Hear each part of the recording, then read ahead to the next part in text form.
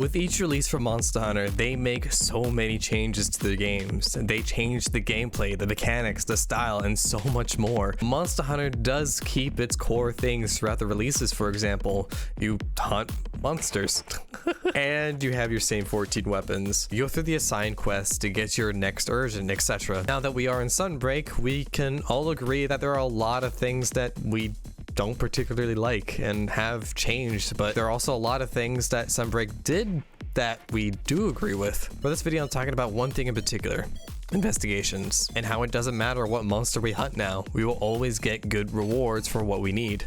Hello everyone, my name is Skull, and welcome all of your faces to a brand new video. And today, I would like to take a moment of your time to really talk about how the investigations were done in Sunbreak compared to Iceborne. Let me know what you think. Did you all like the investigation system in Sunbreak, or do you prefer the Iceborne's new system? Let me know. Let's start with the elephant in the room.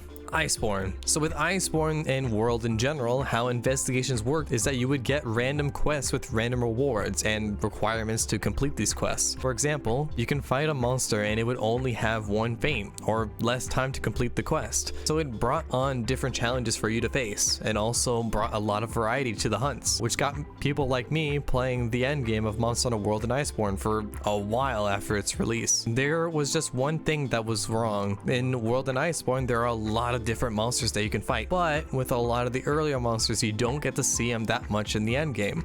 Unfortunately, the rewards get better with the later monsters, especially with the elders. So earlier monsters like Kulu and Puke Puke get pushed under the rug. Yes, it's good that we don't have to hunt the good boy Dodogama, but I would love to at least see him a bit more. I mean, with this, the system makes sense. You get better rewards for the later monsters that you fight, especially elders, but that also means you basically never get to see the earlier monsters at all. If they don't give you good rewards, then why hunt them at all? It would all just be a waste of time. It's also kind of sad to see all the hard work the developers put into these monsters in early game, but they don't get shown often. It seems like they did a little better with it in the Guiding Lands for Iceborne, but the same thing happened again, where the bigger monsters give more reward points for the area you're trying to level up.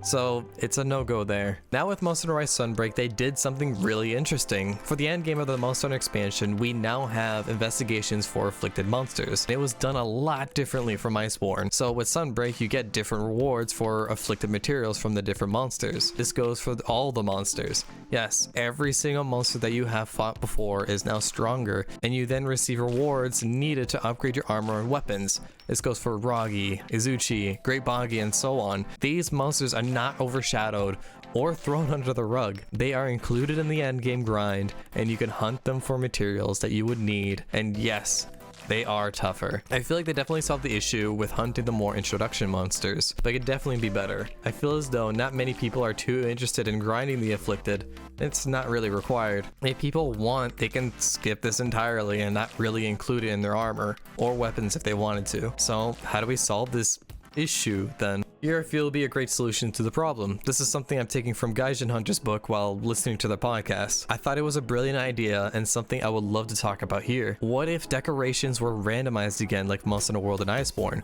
but not completely? What if each deco was tied to each specific monster? Like Rakadios would get blast decos, Rathalos would get fire decos, and so on. You would get other decorations while running these hunts as well, but it's a higher % chance to get it from each specific monster. So you will get your decoration eventually. It's only a matter of time, and no, it won't take 12 hours to get what you need. I feel like with this, it would give an incentive to hunt each and every single monster in the roster to get a guaranteed decoration that you would want. I definitely feel like this would be the best way to go about it.